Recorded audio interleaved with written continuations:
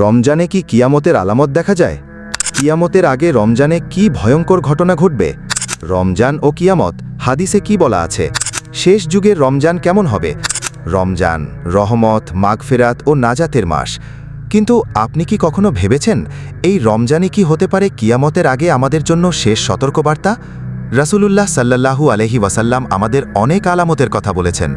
আজ আমরা জানব রমজান ও কিয়ামতের মধ্যে কি সম্পর্ক রয়েছে এবং আমরা কোন যুগে অবস্থান করছি।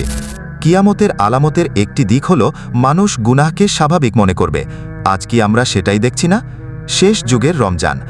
রাসূল সাল্লাল্লাহু আলাইহি ওয়াসাল্লাম বলেছেন, একসময় এমন আসবে যখন ইসলাম শুধু নামমাত্র থাকবে, কোরআন থাকবে কিন্তু হৃদয়ে তার প্রভাব থাকবে না। আজ রমজান আসে, মসজিদ ভরে যায়, কিন্তু রমজান শেষ হলে আবার আগের জীবনে ফিরে যায়। এটাই কি সেই শেষ যুগের লক্ষণ নয়, যেখানে আমল থাকবে কিন্তু আন্তরিকতা কমে যাবে? লাইলাতুল কাদর, হাজার মাসের চেয়েও উত্তম এক রাত। কিন্তু আমরা কি সত্যিই সেই রাতের জন্য প্রস্তুতি নেই, নাকি শুধু ২৭ তারিখের অপেক্ষায় থাকি? শেষ যুগের একটি লক্ষণ হল মানুষ গুরুত্বপূর্ণ বিষয়কে অবহেলা করবে। দুনিয়ার ব্যস্ততা ইবাদতের উপর প্রাধান্য পাবে।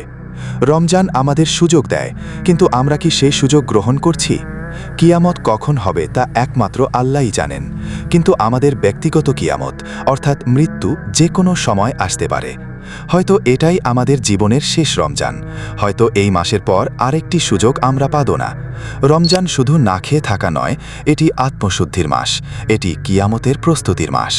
আজ যদি আমরা বদলে যাই, তাহলে রমজান হবে আমাদের মুক্তির কারণ, আর যদি উদাসীন থাকি, তাহলে এই মাসই হবে আমাদের বিরুদ্ধে সাক্ষী।